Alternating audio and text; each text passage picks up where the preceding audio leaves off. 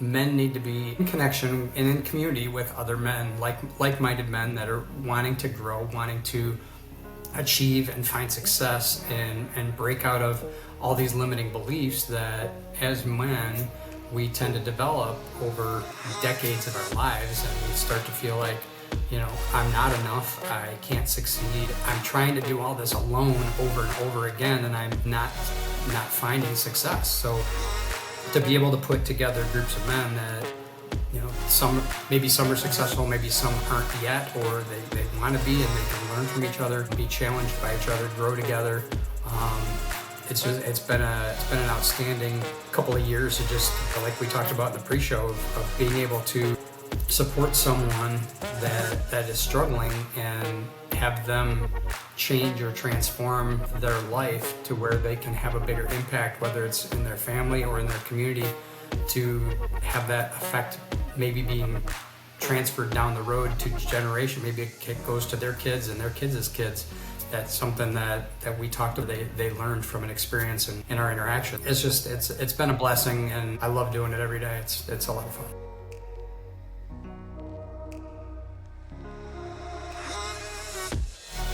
Hello, welcome to another episode of Family Man Entrepreneurs. I am here with Bob Wischer. He is the creator of the website Men Becoming Better Men, and he is a relationship engineer and has an amazing story to tell. He has so much experience working with men. It's such an honor to have him on today. I can't wait for our conversation. Men can learn from him and his experience, and I honestly can't wait to dig in. So, Bob, welcome. Thank you. So, before we dive a bit more into your work and experience, can you tell us a bit about your background? So the reason I've coined myself the relationship engineer is I've worked in automotive manufacturing industry here in the United States for almost 30 years. And what I realized through that experience was I become very good at relationships, whether it's with coworkers, with management, with customers. As I started to get more into coaching, I realized the connection between relationships relationships in the real world are very similar to relationships in business. So not exactly, but close enough to where it's a management of understanding people's personalities, understanding their wants, their needs, that people want to be seen and heard and understood, and then be able to get into the nuances of it and make them feel like part of the team, or make someone feel like part of the family. And it took off from there in its own unique way. And I've been working mostly with men for about the last 5 years. I formed Men Becoming Better Men. It's kind of I had read a few books, and a repeated theme that I kept hearing: men need to be in connection and in community with other men, like-minded men that are wanting to grow, wanting to achieve and find success and break out of all these limiting beliefs that as men we tend to develop over decades of our lives, and we start to feel like, I'm not enough, I can't succeed, I'm trying to do all this alone over and over again, and I'm not finding success. So to be able to put together groups of men that, some are successful, maybe some aren't yet, or they want to be, and they can learn from each other, be challenged by each other, grow together. It's been an outstanding couple of years of just, like we talked about in the pre-show, of being able to support someone that is struggling and have them change or transform their life to where they can have a bigger impact, whether it's in their family or in their community, to have that effect maybe being transferred down the road to generation. Maybe it goes to their kids and their kids' kids. That's something that we talked about, or they learned from an experience in our interaction. So it's been a blessing, and I love doing it every day. It's a lot of fun. Yeah. Oh, that's brilliant. Yeah, I love how you took your experience and decided to share that with the world in a very meaningful and an effective way, like a true engineer. You looked at, how can I do this? How could I do this best? And Yeah. I'm going to go for it and bring men together. So community is so important, right? Like the room you're in, so to say. Like if you're in a room full of successful men, successful, I don't know, is a relative term, but successful in achieving their goals, being authentic, being emotionally regulated, being their highest achieving authentic self is priceless, right? It's not the same as We all want to be successful, right? I mean, that's kind of what drives our DNA is wanting to be successful. But Exactly. it's just a lot of men get into the mode where I feel like I can't. I actually had an interaction with somebody on a video I posted on social media yesterday. Actually, it was about putting your phone down, and he's like, "My phone is my best friend." And I responded back. I said, "Is that a choice that you're making?" And he answered back, "Yes." And I said, "And you're okay with that?" And he said, "Yes." My heart went out because I know. I mean, I'm not going to break through that limiting belief via direct messages on a social media post, but it's just the condition of where men's heads are at right now. When somebody is so disconnected from the world and people in general that their phone is their best friend, and I actually went through that to some degree at the latter.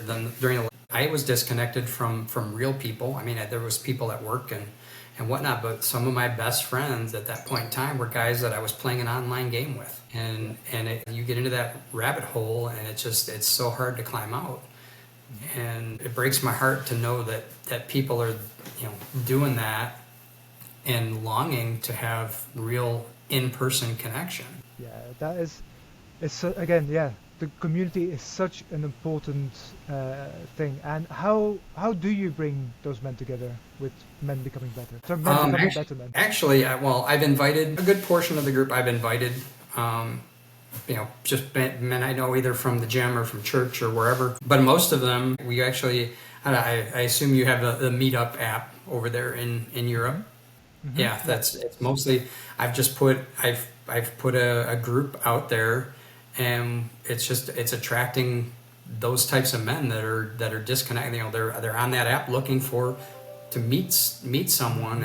A lot of them are single men that are looking for women, but the social groups and things, interaction and dating scene that can become too. But it's also where they found us and they're like, oh, wait a minute, groups on here that are about personal growth and development and connecting with men and masculinity and all that other stuff too, is like, okay, now this is something that I probably need too, because it's going to help me with my dating life or whatever the case may be. So a lot of men have come in through that way as well. So yeah, so that's brilliant. Why do you think what happened in the first place? Like, why it's also disjointed? Why are men so like living as little separate entities and not communicating with each other, and maybe even being in the same room with somebody that is potentially an amazing friend to them, but there's no contact, they won't start speaking? What happened? Two reasons that I believe how that happened. First and foremost is the way we were raised.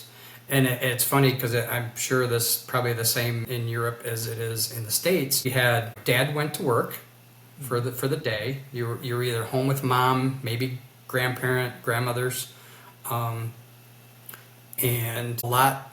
majority, 80-90% of your teachers were female. Mm-hmm. So as men, we're disconnected from dad. We're not spending enough time with dad to understand what it means to be a man, how to be a man, et cetera, and we're around women 90% of our lives from the time we're born until we get to college. That's just it's natural that we develop some of those tendencies. Now, not to bag on women or femininity or any of that stuff. Love women, love them all, and my mom and my grandmothers, but it wasn't the right environment for a man to become a man in. The second part of it, and now my thoughts have escaped me because I was so into No, it'll come back to me eventually. Oh, no I worries. lost my train of thought. It No happens worries, no sometimes. worries. Yeah, no problem. That is very interesting, and I think you are completely right. You can see that there's very few spaces where it is just men, and men are allowed to be men in a healthy way, put it that way. Without, I am discounting. So I'm not counting the pub, obviously, because that's a very common thing in this part of the world where people go to a pub in England, for example, and it may be a big group of men, but the interaction, I presume, is not going to be the same as what you are searching in men becoming better men, right? Yeah. It's not it's not a drinking I club. did. It's not. I did Yeah. think of the second thing. Um, Okay. the competition. So from a very young age, whether it's baseball here in the U.S. or football in Europe, American football, basketball, whichever sport, whichever you name one.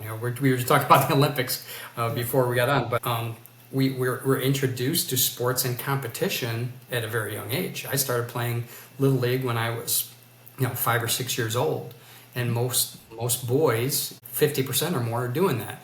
And what we learn again, at a very young age, we're learning these things. Competition. I have to be better than the man on the other side of the court or whatever from me. I want to beat him. I want to do better than him. Then that translates in when we get into adolescence. That translates into girls, Hmm. who's we're competing for the affection and the attention of young ladies, and all of that. What I've seen and what I've experienced in my life is that we're always at each other like this. So we get to a point where we've had all this feminine influence in our life. We have this competition thing, and I don't want masculine friends because they're a threat to me. Be Yeah. it as a mating partner for a woman, or just in general, that there's that dawned on me at some point that it's just ridiculous that we're and I've told men this too when I meet men that have been in and have military experience. They're lucky to do that because they form those brotherhoods. They form those bonds of you're counting on the man next to you to keep you alive.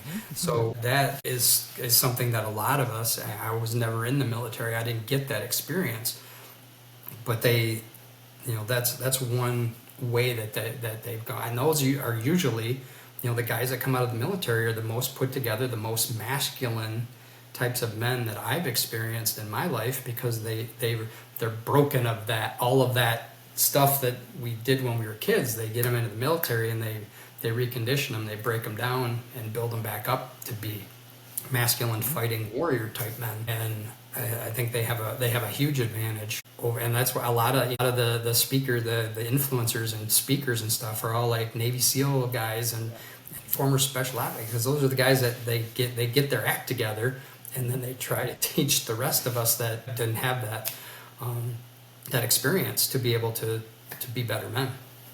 Yeah, exactly. To have that, to take that responsibility and actually say, this is this discipline I want to have in my life. I want to do it this particular way. I want to Yeah. go beyond the vision of the competition, of seeing the world as a threat, because I'm strong enough to handle any threat. That's fine. I just have to be with other men and other people in general, and you have to be connected with them, Yeah. not a competition, or not solely in competition. There's a healthy competition element Yeah, of right. life in general. So on that, so you're talking about competition in, for example, sports with kids doing sports. If you could change how we teach kids at that young age when they are doing sports, instead of being very competitive, how would you treat that situation when it comes to the competitive element in sports? Good. Or how That's a would good. you? It's a good Yeah. question. I probably wouldn't change that element. I would add to it. I would add more of a, because I'm a big. I can't stand the fact that everybody gets a participation trophy or medal or whatever when they. So I'm a firm believer in learning how to win and lose and compete and do better and strive and have goals. But I guess what probably would need to be added in that age range is some type of way to bring them together after the fact.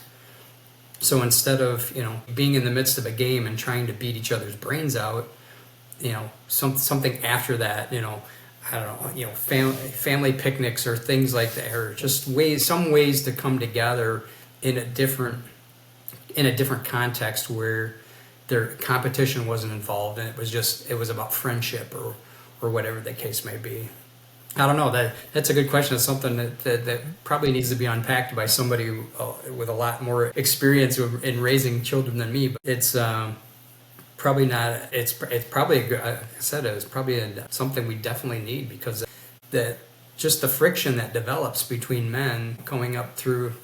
I mean, I even think about when I went to college, and there's one man in particular I'm thinking of off the top of my head, that he went to a rival high school of mine, and we never really hit it off because we always had that pride of our own high school and that kind of thing to it, and that's not a healthy.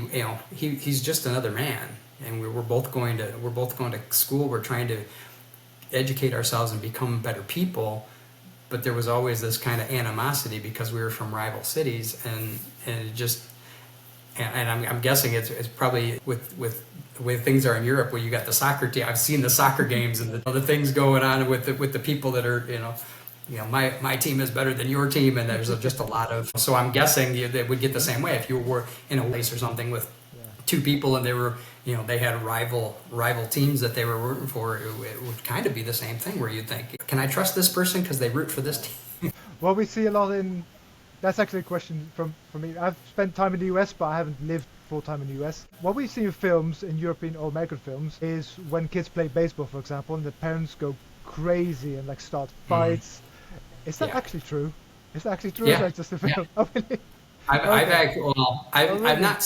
not witnessed fights between parents of opposing teams, but because I coached my son in baseball for several years, and I've actually had parents attack me verbally because their son wasn't getting enough playing time, or they saw that their son wasn't getting the right attention, and actually right in the middle in front of everybody else, they would verbally attack me. And again, it's that competition thing taken way too far.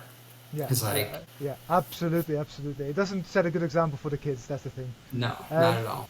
It does have the same happens here with football as well. With parents that get a bit too much into it. Before, you also and other places you talked about trauma being kind of at the base of a lot of these issues of disconnection, of avoidance, of emotional dysregulation. Can you speak a bit about the experience you have and what you've seen with men specifically, and what kind of traumas have led them to become that way? Well, so I'll tell you a story specifically about myself, because I know it's a kind of a recurring theme for a lot of people. Our developmental age is from about 6 months prior to birth and about 4 years.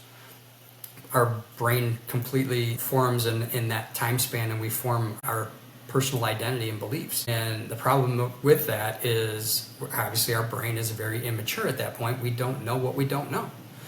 And what I've experienced for myself is that when I didn't learn this till decades later, but I was conceived before my parents were married.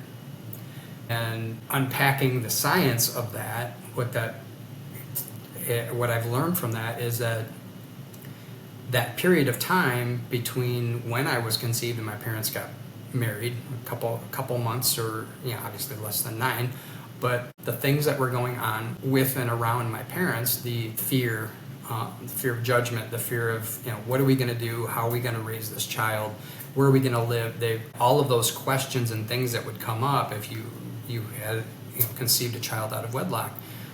And back then, this was in the late 60s, so things are very different than they are now. That was a taboo. That was not something that happened.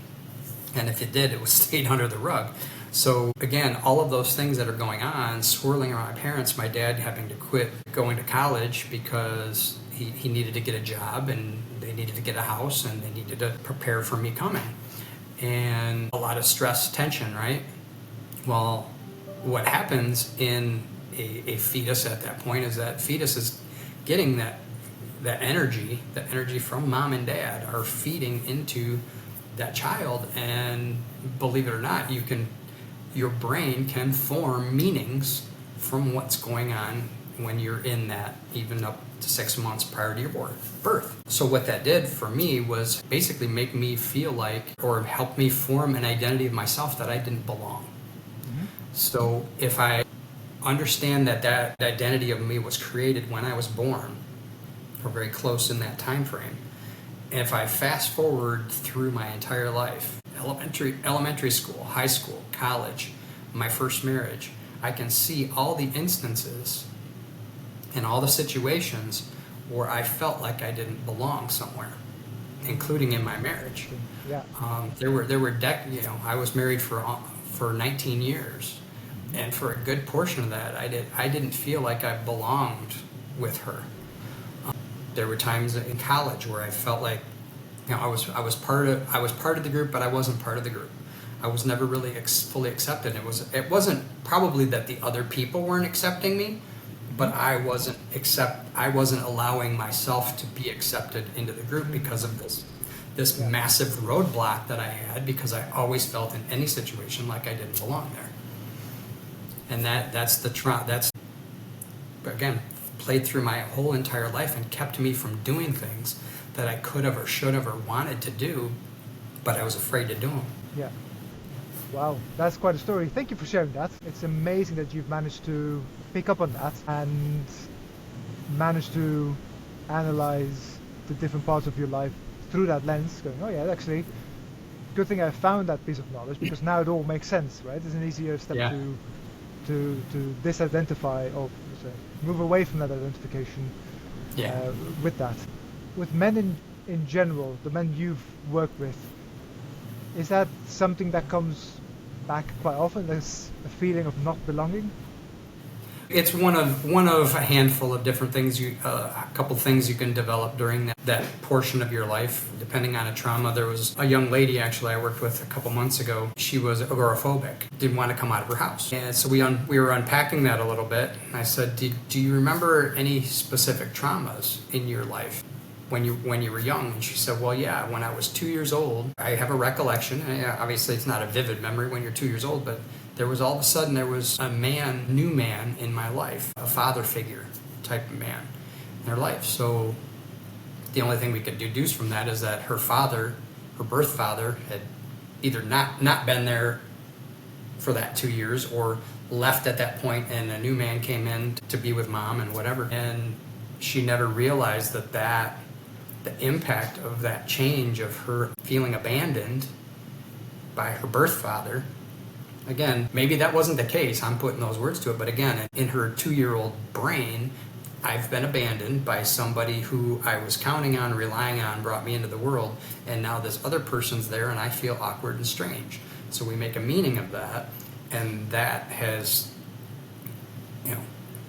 come out in her life and she was fine up until she was like 18 years old.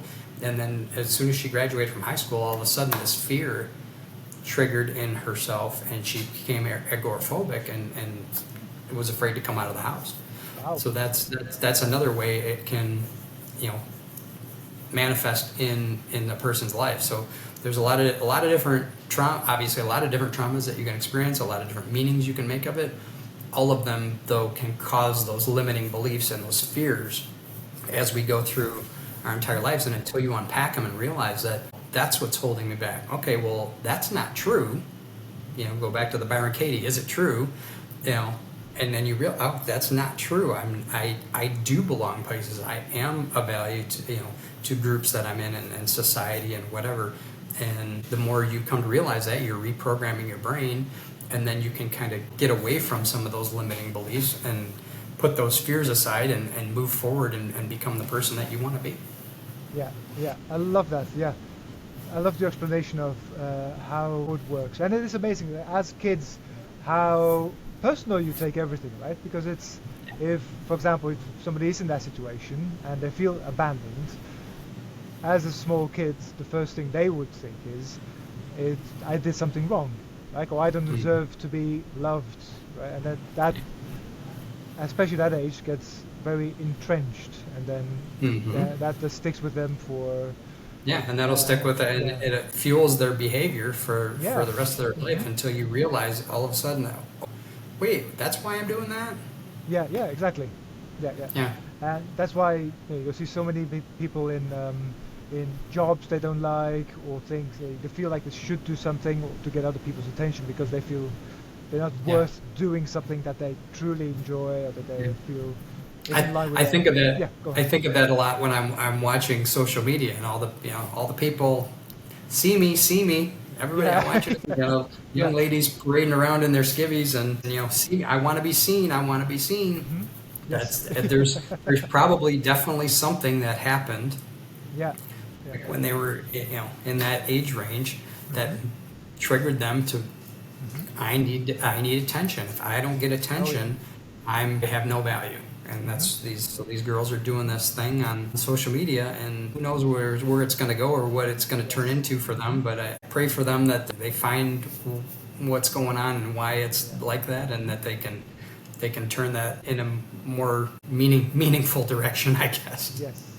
Well, my guess, try to be politically correct. Yeah, to use that experience of overcoming that to maybe share with others. My guess is at this point it's already social media itself, because they go on these devices so young, and they see the parents doing that. If they see their parents, if they're like say they're 5 or 6 years old and the parents are glued to the mobile phone, and the mobile phone gets all the attention and not the kids, they must think, there must be something magical about what's on the phone, on that screen. That or the parent hands them an iPad and the babysitting iPad. Mm-hmm. Yeah, exactly. Shut up, take this. Yeah. And then So absolutely, thank you for sharing that. That's wonderful. So may I ask you, how do you work best with men? I know you do work with community of men. Do you work one-to-one as well? Yes. Yeah, actually, I have a couple of different versions that I developed. We got the men becoming better men is unfortunately for a lot is an in-person group. We tried to do it virtually a couple different times and it didn't really pan out. Okay. Just because it's really for men that are just kind of they realize they need connection. They don't really understand personal growth so much yet, and really just need a place to get started. That's what that's for. I've created we're kicking off September 1st. I'm kicking off a new group. I'm calling it Men Becoming Elite Men. It's just it's a lot of the same concepts, a lot of the same things we do in Men Becoming Better Men, but it is going to be an online community. Be very limited in the number of men that we'll take into each group, but that's something that's coming up, and we're really the focuses there are going to be leadership, transformation, integrity. I can't read my own. Empowerment. I couldn't read writing. I have my notes here. Empowerment. That's the big one. So we'll be working on a lot of those things in the context of a small group. I'm calling it a mastermind, actually. Men Becoming Elite Men Mastermind. Yeah. Where we'll work together. We'll put some goals out there for ourselves, and then hold each other accountable to achieve those, and provide the support and what you need around that. As far as expertise of the rest of the group's experience, my experience obviously will be working through some different books and things like that, and pieces of my one-on-one program as well that I've put into that plan.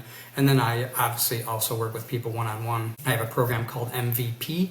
It's called Most stands for Most Victories Possible. I love that.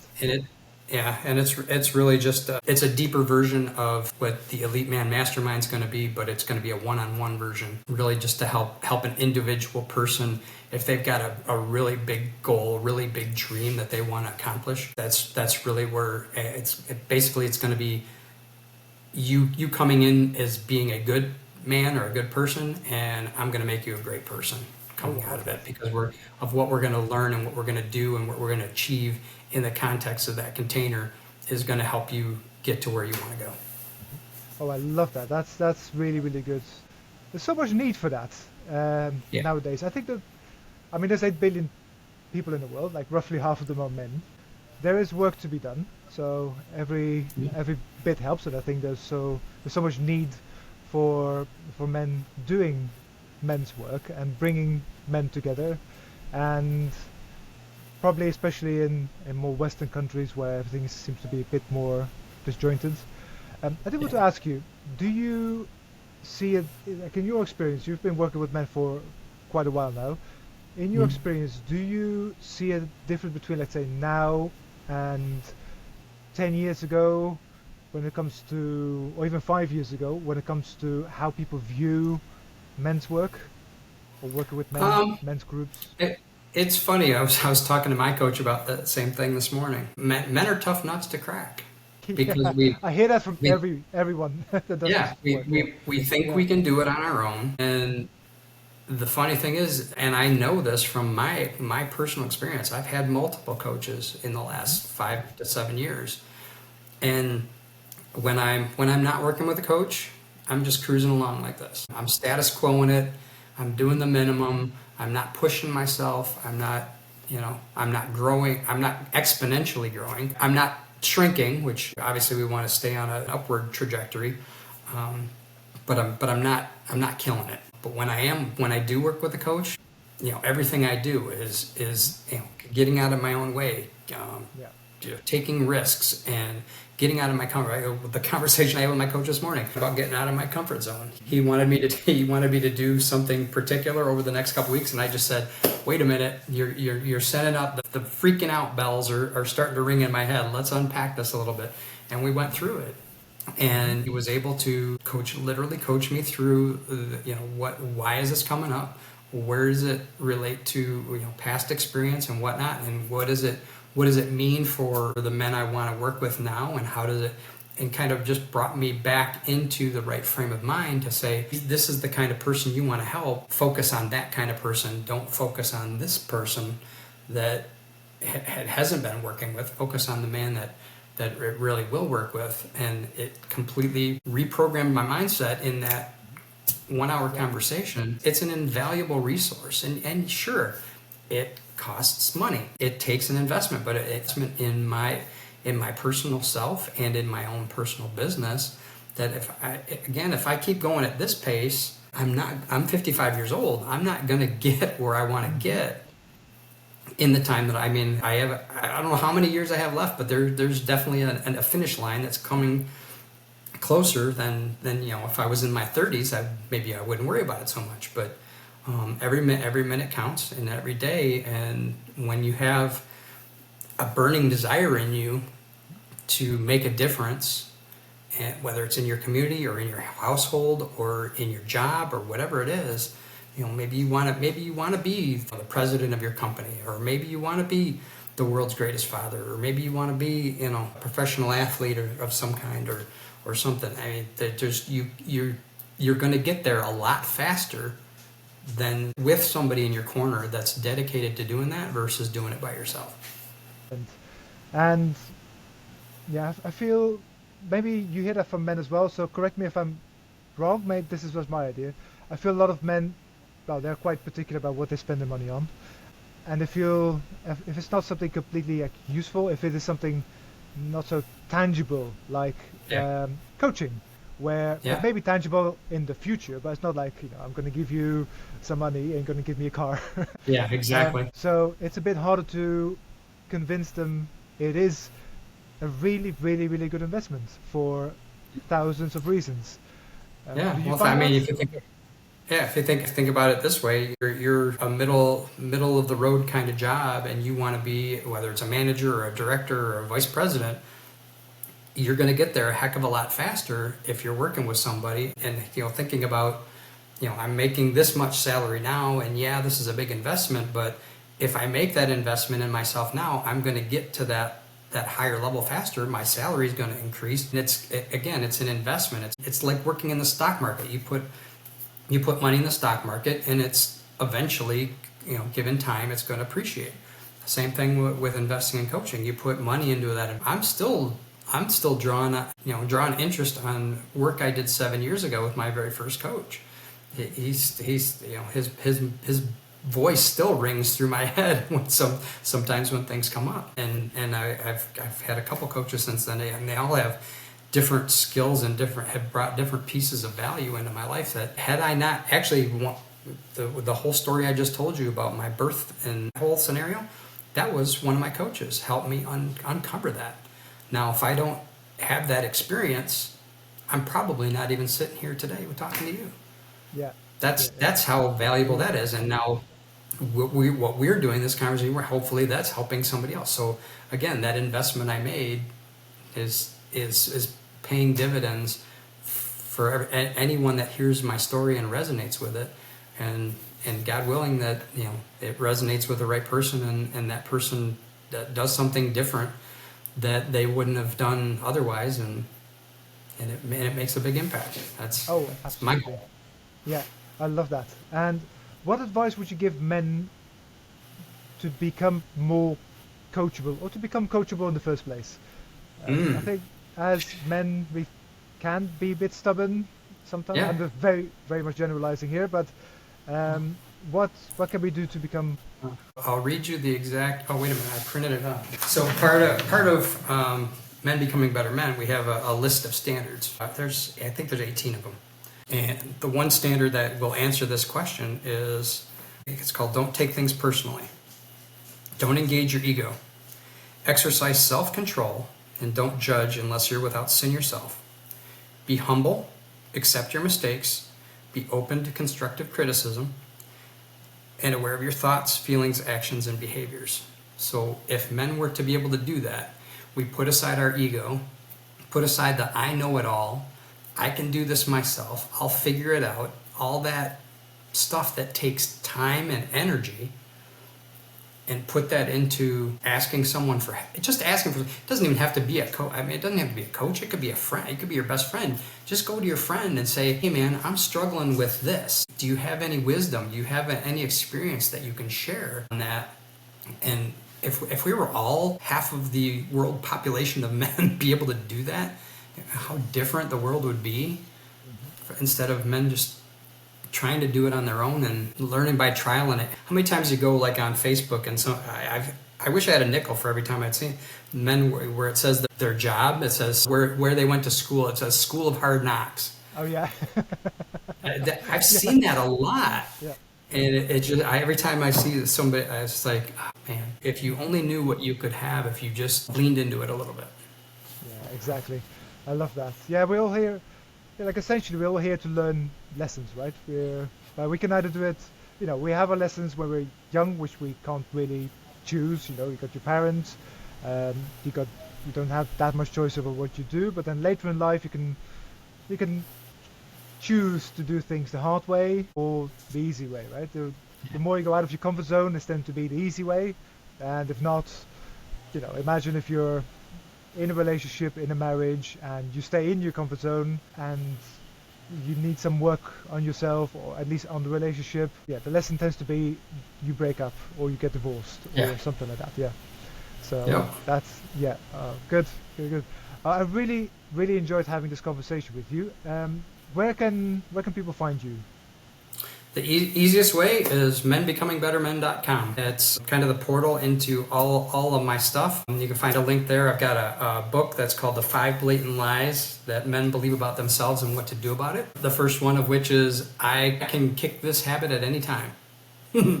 So, how many times have you heard yourself say that? I can kick this habit at any time, knowing you can't. So yeah, you can find a link to that's a free ebook. You can find that on my website. You can find information on Men Becoming Elite Men, Men Becoming Better Men, and my one-on-one coaching all in one place. Good. I love that. Perfect. Thank you so much for your time. All right. Thanks, Mark. Thank you.